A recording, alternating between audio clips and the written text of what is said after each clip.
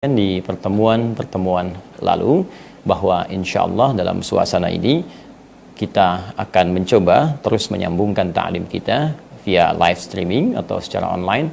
Bersamaan dengan itu kita tidak meninggalkan kebiasaan-kebiasaan kita untuk membuka ta'lim kita dengan mendoakan pada hal-hal yang bisa melahirkan kebaikan dalam kehidupan kita. Tentunya kita akan buka ta'lim kita di malam hari ini dengan bermohon kepada Allah Subhanahu wa taala.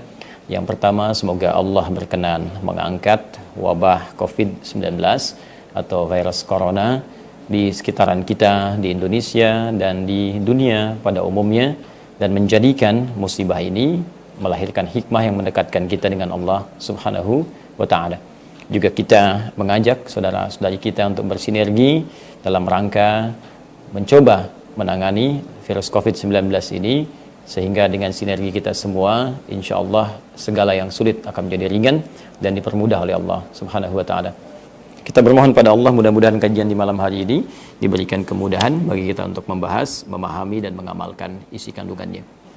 Baik, di pertemuan yang lalu kita telah menyelesaikan pembahasan seputar Al-Fatihah, kemudian masuk ke muqaddimah surah Al-Baqarah, lalu juga kita telah mulai dengan pembahasan Alif Lam Mim. Ya, kita akan masuk pada saat ini di ayat yang kedua, dzalikal kitabu la raiba fi hudal lil muttaqin. Sebelum kita masuk pada ayat yang kedua, saya ingin menegaskan kembali bahwa surah Al-Baqarah termasuk surah yang sangat istimewa dan diistimewakan oleh Nabi sallallahu alaihi wasallam dengan keutamaan-keutamaan yang telah kita uraikan di pertemuan-pertemuan yang lalu. Saya harap Anda semua bisa mengaji kembali pertemuan lalu sehingga melahirkan motivasi untuk bisa mengamalkan, minimal mengaji surah yang telah kita hadirkan turunan-turunan motivasi dan juga keutamaan-keutamaannya. Di antaranya surah ini bisa memberikan perlindungan dari Allah Subhanahu wa taala dari godaan-godaan setan yang kalau dibacakan, kata Nabi sallallahu alaihi wasallam dalam hadis-hadis yang telah kita bacakan, baik riwayat At-Tirmidzi, riwayat Muslim, Ibnu Majah, An-Nasa'i, bahwa setidaknya dia bisa mengusir setan selama 3 hari bila kita rutin membacakannya dalam rumah kita.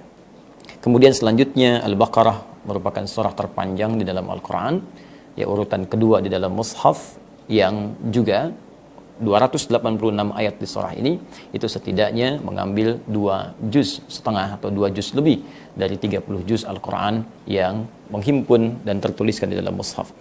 Saudara-saudariku, dibuka dengan Alif Lam Mim. Telah kita tuntaskan pembahasan ini bahwa para ulama melahirkan keragaman makna dalam memaknai Alif Lam Mim. Ada yang mengatakan itu bagian dari nama surah ini. Ada yang mengatakan itu singkatan dari A-nya menunjuk kepada Allah, Lam-nya menunjuk kepada Jibril, Mim-nya menunjuk kepada Muhammad sallallahu alaihi wasallam, ingin menunjukkan pesan bahwa Al-Quran bersumber wahyunya dari firman Allah, diturunkan melalui malaikat Jibril kepada Muhammad sallallahu alaihi wasallam. Ada tafsir-tafsir lain juga yang menyebutkan dengan hal-hal yang beragam, tapi saya sampaikan bahwa di antara sekian banyak itu yang paling mendekati adalah 2 hal.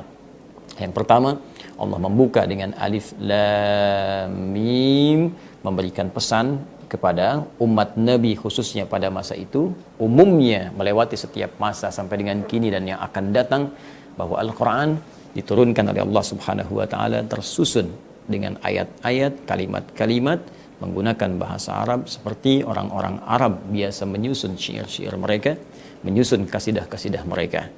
Namun penting kemudian saya berikan penegasan bahwa situasi saat surah Al-Baqarah ini diturunkan, ya, bahkan Al-Quran sebelumnya diturunkan, sebelum masuk ke surah Al-Baqarah, dari mulai fatrah juz amma di fatrah Makkah, kemudian juga masuk fatrah Madinah, ya, atau masa-masa Madinah, yang banyak di kalangan orang-orang kafir Quraisy pada masa itu atau pada umumnya kelompok-kelompok yang lain bukan sekedar meragukan kepada isi Al-Quran, bahkan juga menuduh Nabi Muhammad SAW itu merekayasa Al-Quran. Saya pernah sampaikan di sering banyak pertemuan bahwa jika ada disebutkan atau diisyaratkan dalam Al-Quran sebuah informasi yang tidak menunjukkan spesifik kapan kejadiannya, siapa orangnya, maka kejadian dimaksud boleh jadi akan terjadi lagi di masa depan dengan tokoh yang berbeda di situasi yang tidak sama. Artinya apa? Orang-orang yang pernah menuduh Nabi Muhammad SAW bahwa Quran ini rekayasa Nabi, Quran ini buatan Muhammad SAW, himpunan kisah-kisah, hanya karya manusia saja, produk budaya, bukan hanya disoal oleh orang-orang di masa Nabi, tapi juga akan muncul kembali oleh orang-orang di masa depan yang mungkin akan menyoal otentisitas Al-Quran, validitas Al-Quran, bahkan menuduh Al-Quran dari rekayasa Nabi Muhammad SAW.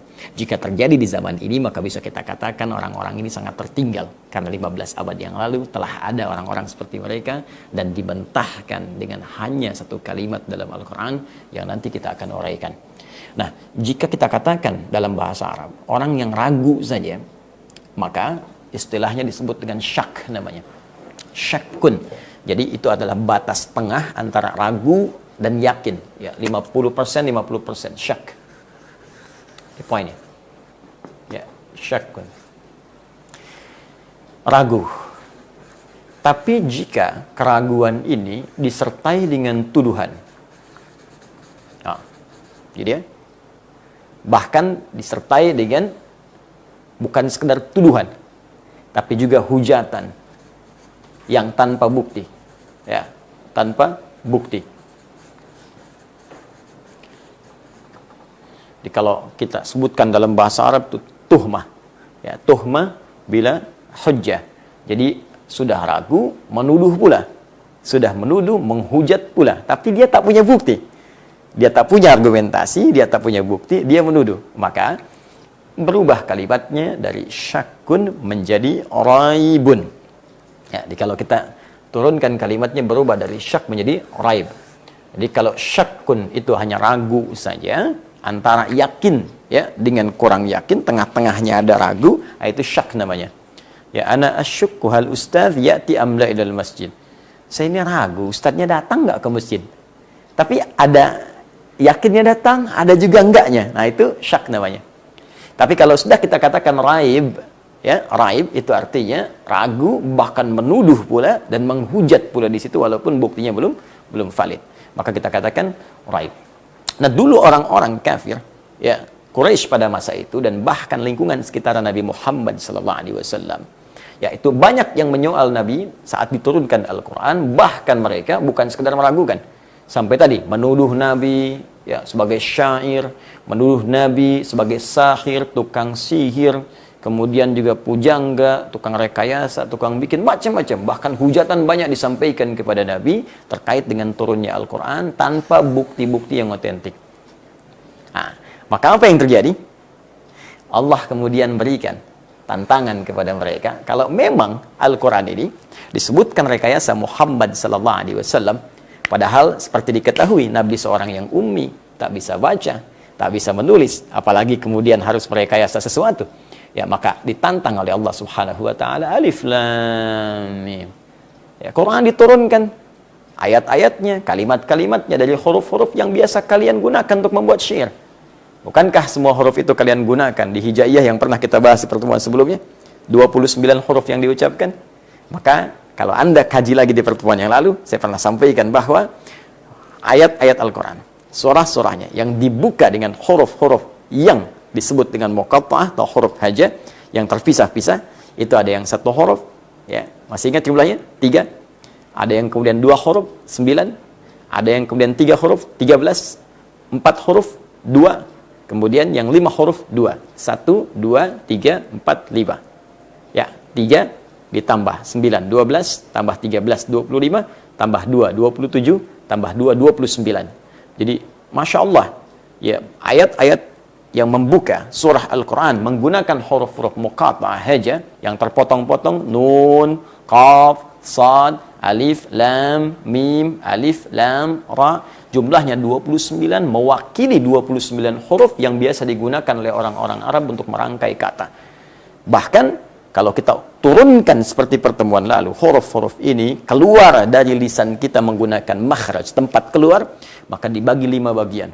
Dari jauh rongga itu, sampai ke halak, ke kerongkongan itu, sampai kemudian ke lisan, lidah, sampai ke bibir, syafatain, sampai ke khayshum, dengung ke hidung. Dari 5 tempat ini terwakili oleh alif, kemudian lam, kemudian mim. Anda review ya, tayangan di pertemuan yang lalu.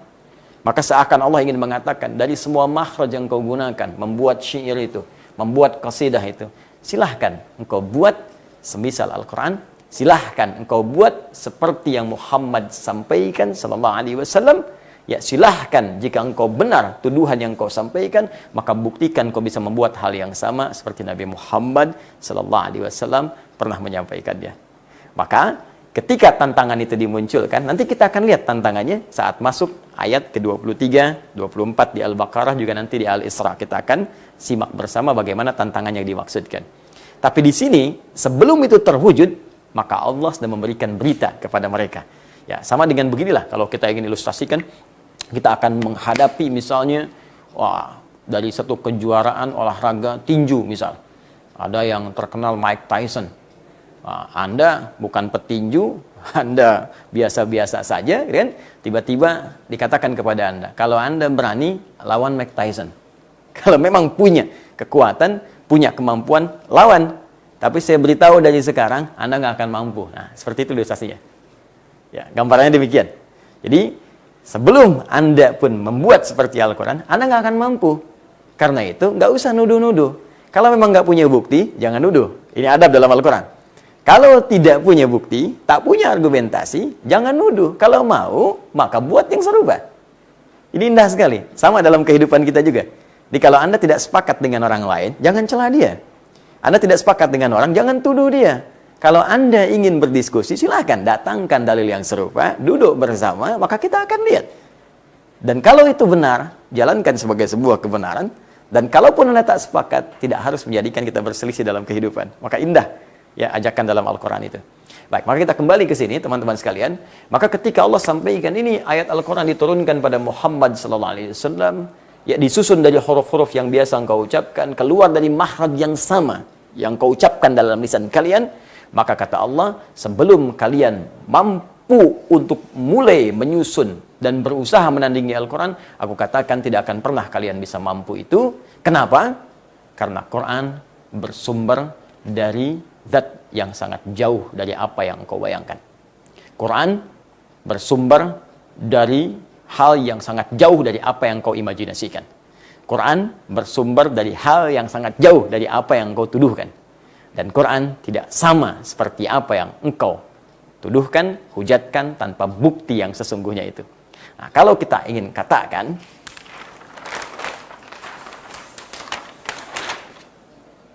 Quran ini, ya, ini bahasa Arabnya hadza. Hadza. Seperti ini. Ya, hadza, ini. Oke? Baik. Kalau kita ingin menunjukkan sesuatu yang jauh, maka di bahasa Arab itu ada satu huruf menunjuk sesuatu yang jauh. Lam hurufnya. Maka disebut lamul bu'di, lam. Ya. Jika Anda ingin katakan, ini jauh dari apa yang kamu, ya, orangnya di hadapan kita. Ini jauh dari apa yang kau pikirkan. Ini nggak sama dengan apa yang kau bayangkan. Maka yang di hadapan kita, orang kedua itu bisa menggunakan bentuk kaful khitab, menunjukkan bentuk kaf khitab. Kalau ingin kita satukan hata, lam dengan kaf, maka kita bisa buang haknya, karena ini menunjukkan tanbih, peringatan. Haknya tanbih, zaknya yang berarti ini. Ya, ini tanbih, peringatan, ingat, peringatan, diingatkan. Kita satukan za, lam dengan kaf. Maka kalau Anda satukan, ini kita masuk ke ilmu balaghah ya. Bukan kita masuk dalam bab yang nahwu atau standar bahasa Arab biasa. Ya, ada beberapa yang berkomentar, Ustaz Adi ini kurang menguasai sharaf. Ya, Ustaz Adi nggak pesantren, Anda yang kurang kenal. Ayo duduk, datang, ya, lalu kita berkenalan. Ya, kita kenal maka ta'aruf, ya kan? Ya, saya pesantren, alhamdulillah, khatam, bahkan di SD kita sudah mengaji. Ya, masuk pesantren salafiyah, kita mengaji juga. Kita belajar bahasa Arab, di pesantren kita selesaikan nahwu sharaf, dan kita spesialisasi di bahasa Arab, ya, bahkan di bidang-bidang yang spesifik. Ini babnya sudah bukan bab dasar lagi, sudah bukan masuk nahwu standar atau sharaf standar, tapi sudah kita praktek ke ilmu lughah. Kalau kita bahas dari segi balaghah nanti, satukan ini, maka dzal satukan dengan lam, satukan dengan kaf. Maka yang alif ini kita badal, gantikan dengan harakat tegak di atas, jadi dza seperti ini. Lamnya harakat kasrah menunjuk bu'du, jauh. Kafnya kaful khitab. Ini asal dari hadza, berarti ini. lamnya lamul bu'di, kafnya kaful khitab. Gini. Ya, di ini za berarti ini, lam menunjuk pada jauh, kaf berarti menunjuk kepada khitab, orang yang kita ajak bicara, kamu. Ya, engkau. Jadi kalau kita satukan ini, maka terjemahannya akan menjadi begini. Dzalikal kitab, Al-Qur'an ini, za. Ya. Kalau haknya kita munculkan, maka berubah kalimatnya begini. Aku ingatkan ya. Aku ingatkan. Al-Qur'an, Al-Kitab. Jadi kalau kita satukan, dzalikal kitab, gini, ya. Kitab yang dimaksud Al-Qur'an. Ya. Al-Qur'an ini, aku ingatkan Al-Qur'an ini jauh dari apa yang kau bayangkan. Jauh dari apa yang kau tuduhkan. Nah, jadi kalau engkau tak mampu mendatangkan yang semisalnya, la raib, maka jangan pernah meragukannya, apalagi nuduh-nuduh pada isi Al-Qur'an. Itu maksudnya. Ya, jadi kalau engkau tak mampu mendatangkan semisal Al-Qur'an, silakan kau buat, katanya jago syair. Katanya punya 16 rumus dikenal dengan bahar. Ada tawil, ada rajas, ada madid, ada macam-macam. Sekarang buktikan. Ya, datangkan itu. Buat yang semisalnya. Engkau bikin i, a, mim, lam. Coba bikin seperti Ad-Duha. A semua. Tapi nggak ikut rumus yang kau biasa gunakan. Rumusnya nggak masuk ke tawil, tidak juga ke bahar madid, tidak juga ke rajas. Tapi indah ketika didengar. A semua, e semua. I semua. Ya. Dan uniknya, yang paling istimewa, bukan semata hanya kata-kata, tapi ada banyak makna dalam setiap hurufnya. Maka Allah ketika ingin mengenalkan Al-Quran punya banyak makna, tersusun sempurna, tidak ada cacatnya. Dalam bahasa Arab, sesuatu yang tersusun sempurna, dia tidak punya cacat, tidak ada celah di dalamnya, maka kalimatnya disebut dengan kitabun. Kitab.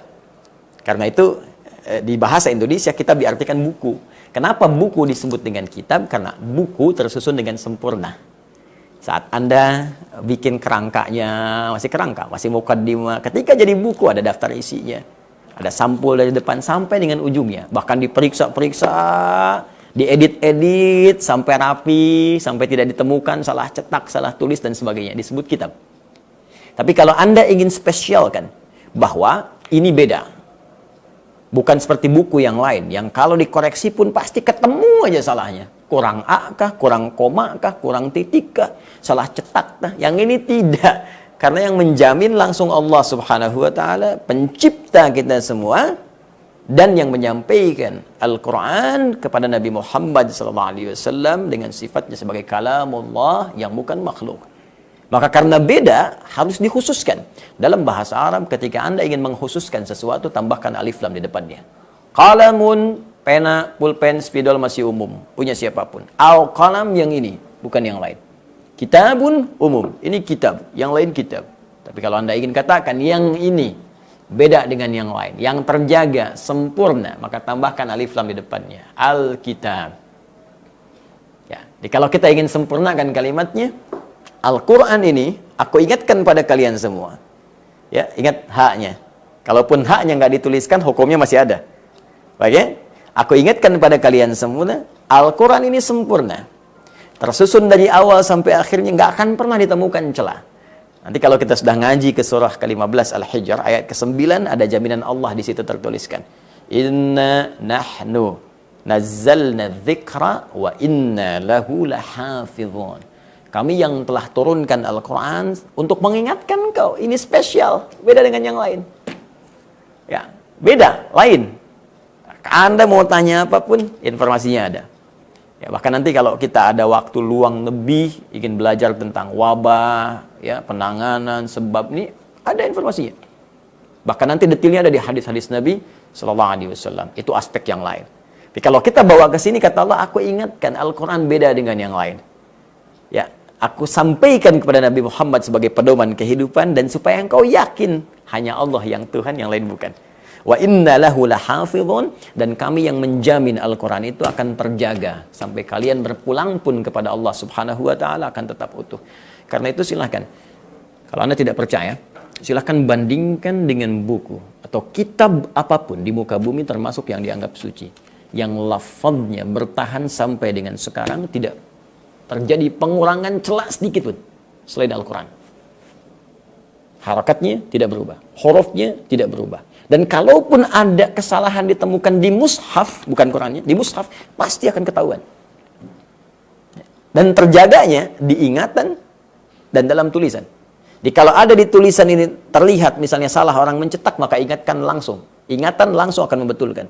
Ingatan keliru di sini, lupa kita, maka mushaf akan langsung mengingatkan kembali. Penjagaan Allah terbukti 15 abad sempurna, tidak ada berubah. Kalau bukan firman Allah, maka siapa yang bisa bikin karya tidak ada perubahan di dalamnya?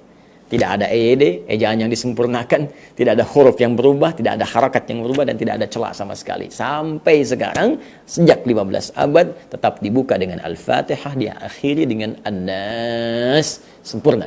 Karena itulah alif lam yang masuk Alkitab. Aku ingatkan, kata Allah, Al-Quran ini sempurna, awal sampai dengan akhirnya. Tak bisa disoal oleh siapapun. Karena ini bersumber dari zat yang sangat jauh dari apa yang kau bayangkan, apa yang kau tuduhkan, kaf tadi. La raiba fi. Kalau tak mampu mendatangkan semisal Al-Quran, maka jangan gunakan lisanmu untuk menghantam Muhammad SAW. Jangan sembarangan tuduh. Nah, ini sudah tabiat nih ya. Tadi ya, masih ingat kaidah di awal tadi yang saya sebutkan. Jadi kalau ada disebutkan sebuah informasi, kejadian di masa lalu, tak disebutkan orangnya, kapan kejadiannya, maka potensi kejadian itu akan berulang di masa datang dengan tokoh dan keadaan yang berbeda. Nah, jadi ada juga informasi sekilas disampaikan di ayat ini, ada orang-orang yang memang tipikalnya kalau nggak bisa berargumen, dia menyerang. Akan ada, nanti kita akan lihat setelah ayat-ayat ini kita ulas, kita akan temukan. Dia ada tipikal orang yang kalau nggak bisa diajak diskusi atau tak punya argumentasi, cenderung menyerang dia untuk mempertahankan kesalahannya. Ya, jadi menyerang itu motifnya memang untuk menunjukkan dia salah gitu. Karena tak bisa mengoreksi dirinya, ya tak punya kemampuan untuk mengoreksi diri, tak punya kemampuan untuk menerima kebenaran, maka hal yang dilakukan adalah menyerang. Nah, ini konsep yang ditempatkan pada tempat yang salah. Ya. Ada di olahraga pertahanan terbaik itu menyerang, tapi ini ditempatkan dalam konteks yang salah. Ya, baik. Nah ini kurang lebih seperti ini. Dzalikal kitab, aku ingatkan kitab ini. Di sini teman-teman, dimanapun anda berada, kalau anda membuka mushaf, ya silahkan anda buka bersama saya. Anda lihat, sangat besar kemungkinan kalimat ini diartikan dzalika, diartikan ini. Silakan Anda cek mushaf, tertulis itu kitab ini. Kalau baru belajar nahwu standar, ya, Anda belajar jurumiyah misalnya, kan? Atau belajar sorof standar, wa huma hum ya huma hunna anta antuma antum anti antuma antunna dhamir atau isim isyarah yang dasar, maka pelajaran dasar mengatakan dzalika artinya itu. Dzalikal masjid, masjid itu. Dzalikal bait, rumah itu. Ini hadza. Nah, kalau ada orang yang bertanya, kenapa kok di sini tulisannya dzalika di mushafnya, tapi terjemahannya kok ini, sedangkan ini dalam bahasa Arab hadza. Maka kita jawab, ini bukan bahasa Arab standar yang menjadi kosakata biasa, tapi gabungan dari 3 makna yang tadi saya sampaikan. Maka kalau Anda tak bisa mendatangkan semisal Al-Quran, la raiba. Jangan pernah nuduh. Jangan pernah menghujat. Karena tak layak ada hujatan, ada tuduhan tanpa bukti, fihi, pada semua isi Al-Quran. Nah, jadi, di sini kita akan temukan satu kesimpulan bahwa pertama, kalimat dzalikal kitabu la raiba fi, pertama ditujukan oleh Allah Subhanahu wa taala untuk membantah tuduhan orang-orang ingkar di masa Nabi sallallahu alaihi wasallam, juga di masa yang akan datang, termasuk sekarang, yang berusaha menuduh Al-Quran atau juga menuduh Nabi Muhammad sallallahu alaihi wasallam dengan bukti-bukti yang tidak valid atau kita katakan yang nihil, sama sekali tidak ada buktinya. Yang kedua, kalimat ini juga seakan memberikan pesan kepada kita semua bahwa jangan sampai kita punya sikap seperti orang-orang ingkar di masa lalu. Kalau memang sesuatu benar, kita terima kebenaran itu, ya. Tapi kalaupun kita kemudian tidak sepakat, jangan menghadirkan tuduhan-tuduhan yang justru merendahkan keadaan kita sendiri. Yang terakhir, yang ketiga, kalimat dzalikal kitabu la raiba fi juga disebut oleh para ulama, salah satunya sebagai kunci kita berinteraksi dengan Al-Quran, jangan pernah meragukan kandungan Al-Quran. Jadi kalau Anda ingin mendapatkan manfaat dari ayat-ayat Al-Quran, semua, nanti ada ayat ilmu, ya, baik percepatannya, kekuatan ingatan, kemampuan untuk menganalisis, ada ayat bisnis, bagaimana berbisnis yang berkah, modal sedikit keuntungan banyak, Allah ridha. Ada ayat-ayat tentang rumah tangga yang damai, tentram, sakinah, mawaddah, rahmah, ada lengkap sekali. Nah, tapi semua manfaat itu tidak akan pernah Anda bisa dapatkan, Anda bisa nikmati.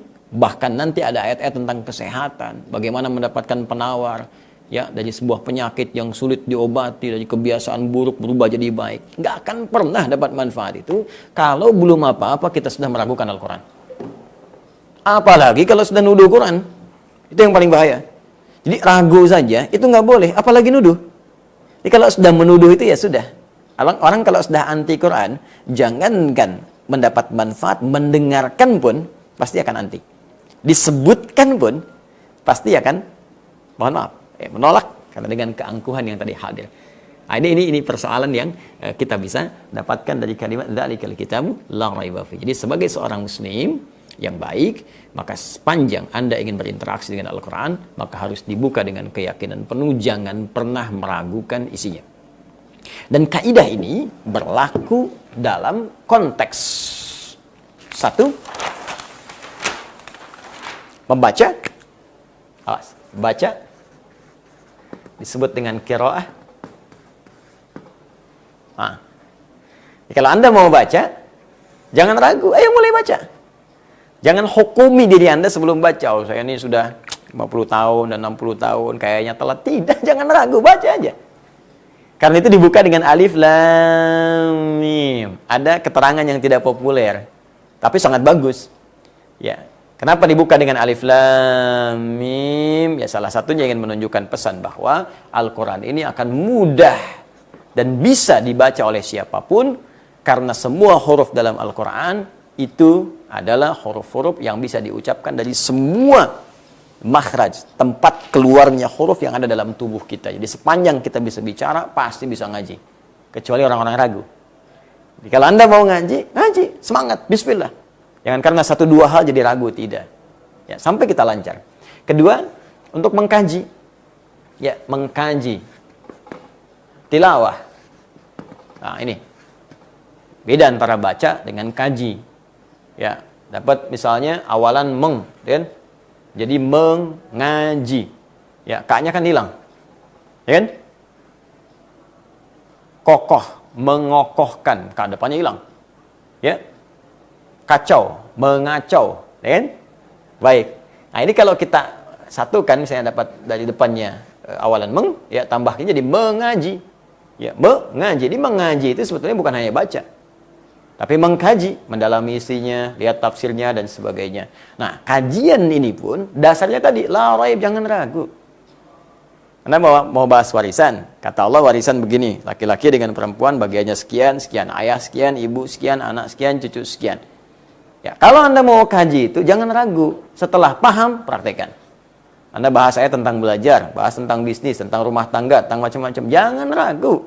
Bahas tentang riba, kata Allah riba itu buruk, tinggalkan, gak usah ragu. Ya, kata Allah ini berselisih gak baik, tinggalkan. Korupsi gak bagus, tinggalkan. Mencuri gak boleh, tinggalkan. Selesai, jangan ragu, praktekkan. Nah, dan ada satu hal yang penting, yang sekarang banyak orang bisa mengharapkannya, bahkan semangatnya, animonya luar biasa. Itu bagian ketiga, untuk menghafal, tahfil. Hafal. Ya, untuk tahfil. Maka berlaku juga kaidah tadi. La raib, jangan ragu. Ya, bahkan dibuka nanti di ayat hafalan itu disebutkan 4 kali. Ya, di satu surah 54, masih ingat? Ayat 17, 22, 32, 40. Dibuka dengan lam dan qad. Lamnya taukid, qadnya tahqiq. Ya, meyakinkan, memastikan. Jangan pernah ragu. Ya, harus yakin pada diri kita, katakan. Ya, bahwa kita mampu menghafal Quran. Karena kadang-kadang orang saya pengen menghafal, begitu lihat mushaf, ya Allah Ustaz tebal juga. Kalau saya udah faktor U nih kayaknya tidak. Tidak ada batas-batas menghafal Al-Quran. Anda mau menghafal, silakan. Anak kecil bisa. Yang tak melihat, bisa. Yang melihat, bisa. Jadi kalau anak kecil aja bisa, yang 4 tahun, 5 tahun, apalagi Anda yang pernah kecil. Ya, mungkin yang sudah 40 tahun, 50 tahun, ini bisa. Nah, kalau kita dasarnya tidak pernah ragu, maka Quran akan menjadi pedoman hidup yang menyenangkan bagi kita semua. Maka teruskan ayatnya, hudal lil muttaqin. Maka Quran akan menjadi hudan. Ya. Hudan. Salah satu bentuk jamak dari kata hidayah. Ya, hidayah. Ya. Hidayah itu bisa berarti pedoman yang memudahkan.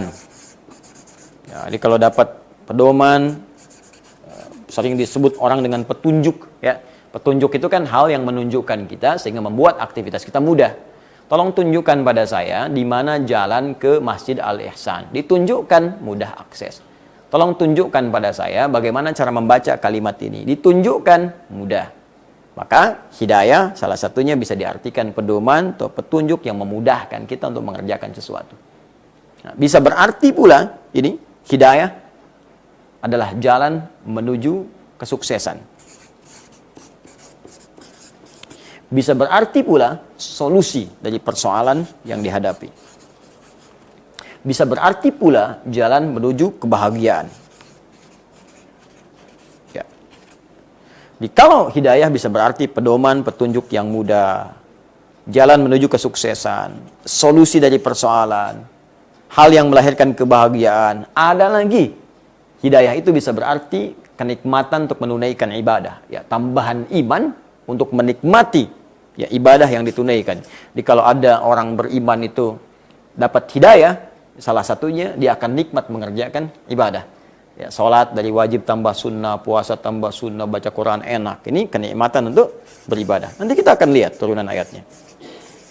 Nah, kalau Anda satukan 1, 2, 3, 4, 5. Anda ingin satukan semuanya ini, gabungkan. Bukankah kalau menggabungkan semua ini jadi banyak? Bukankah kalau banyak sifatnya jamak, plural? Kan? Maka kita jamakkan bentuknya dari hidayah menjadi hudan. Jadi kalau saya ingin dapat hidayah di kemudahan, ya ambil. Saya ingin dapat hidayah di kesuksesan, ambil.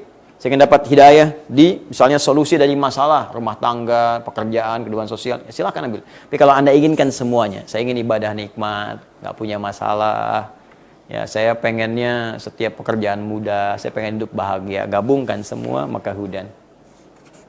Kata Allah, isi Quran itu, kalau Anda pelajari ini kan baru mukaddimah, baru pembuka. Kalau Anda mau pelajari setelah ayat-ayat ini sampai akhirnya, maka di dalam Al-Quran ini ada petunjuk yang memudahkan kehidupan.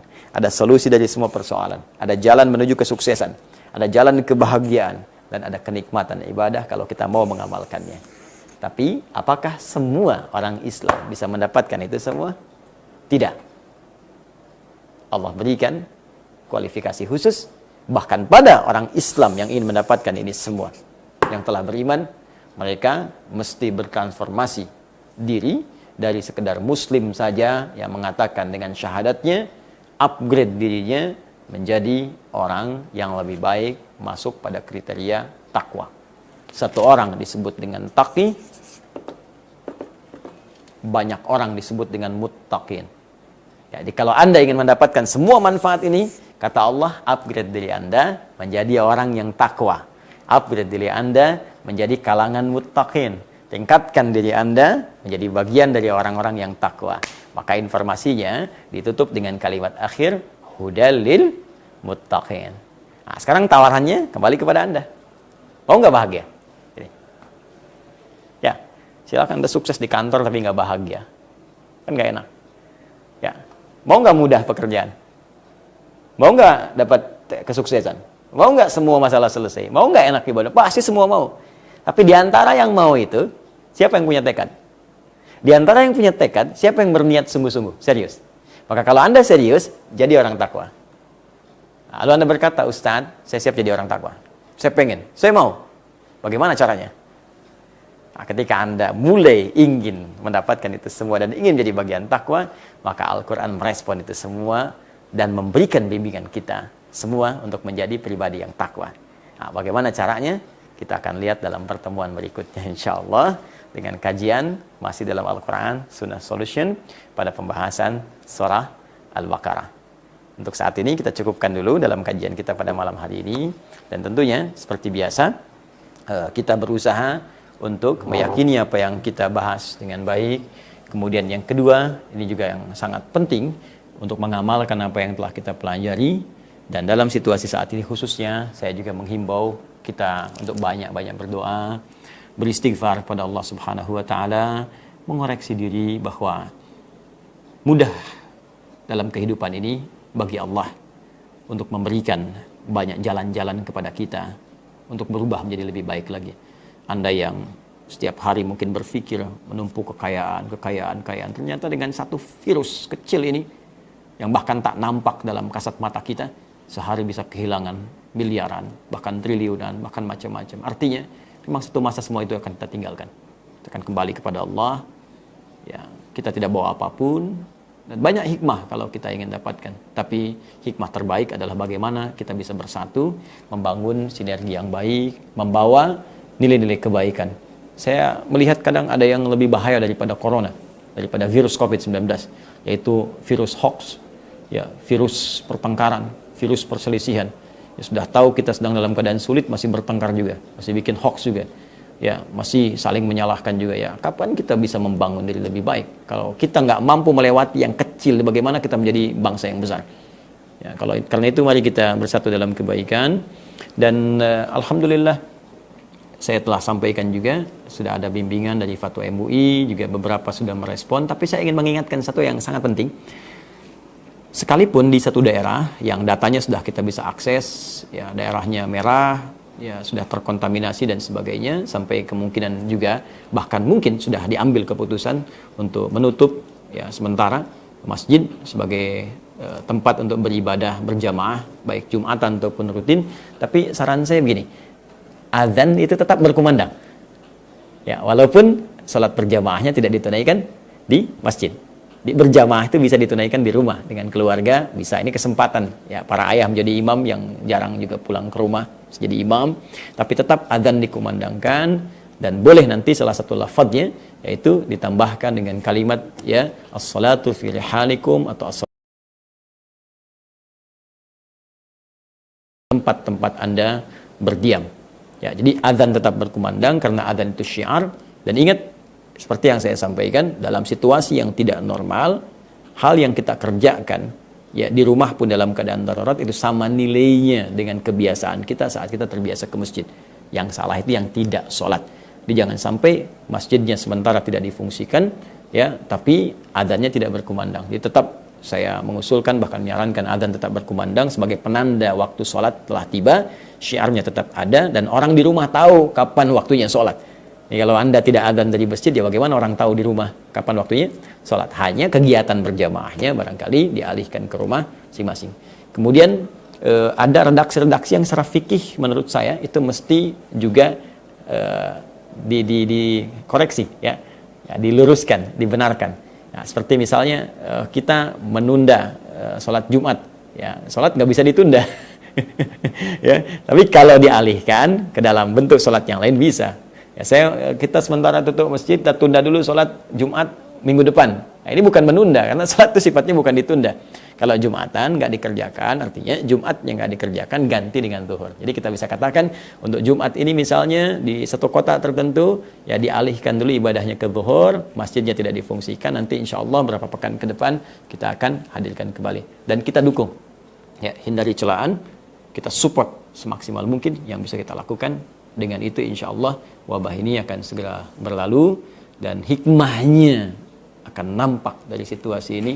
Apakah memang kita termasuk orang baik atau memang orientasi hidup kita belum berubah, ya. Jadi ada memang orang yang, ya, kita doakan jadi lebih baik, dan kita jangan mencari narasi-narasi yang buruk di saat-saat yang sulit saat ini. Allahumma taqabbal minna innaka antas samiul alim wa tub alaina innaka antat tawwabur rahim. Allahumma 'allimna ma yanfa'una. Allahumma ya Allah, ajarkan kepada kami ilmu yang bermanfaat. Faqihna fid din wa 'allimna ta'wil. Fahimna ya Allah, fahimna. Wafiqna lana ya Allah na'mala ma ta'allamna bih. Ya Allah, pahamkan kami Ya Allah, berikan kami bimbingan untuk mengamalkan apa yang telah kami pelajari. Allahumma wahid sufufana wa janibna minat tafraqah. Ya Allah, satukan diri kami untuk bersatu dalam kebaikan, jauhkan dari perpecahan. Allahumma ya syafi la shifaa illa bisyifaika. Ya Allah, shfi mardana, mardal muslimin wal muslimat, mu'minin mu'minat fi kulli makan ya arhamar rahimin. Ya Allah yang maha penyembuh dari segala penyakit yang muncul di bumi dan dimanapun. Ya Allah, anugerahkan kesembuhan, berikan penawar bagi setiap yang sakit di antara kami ya Rabbal Alamin. Khususnya hilangkan ya Allah, angkat segera wabah virus COVID-19 atau corona yang menjangkiti kami pada saat ini. Allahumma rzuqnal hikam, ya Allah, berikan kami hikmah-hikmah terbaik, ma yuqarribuna ila ridhak, yang bisa mendekatkan kami dengan ridhamu ya Rabbal Alamin. Allahumma rabbana atina fid dunya hasanah wa fil akhirati hasanah wa qina adzabannar. بفضلك سبحان ربك رب العزة عما يصفون وسلام على المرسلين سبحانك اللهم وبحمدك أشهد أن لا إله إلا أنت أستغفرك وأتوب إليك والحمد لله رب العالمين. السلام عليكم ورحمة الله وبركاته.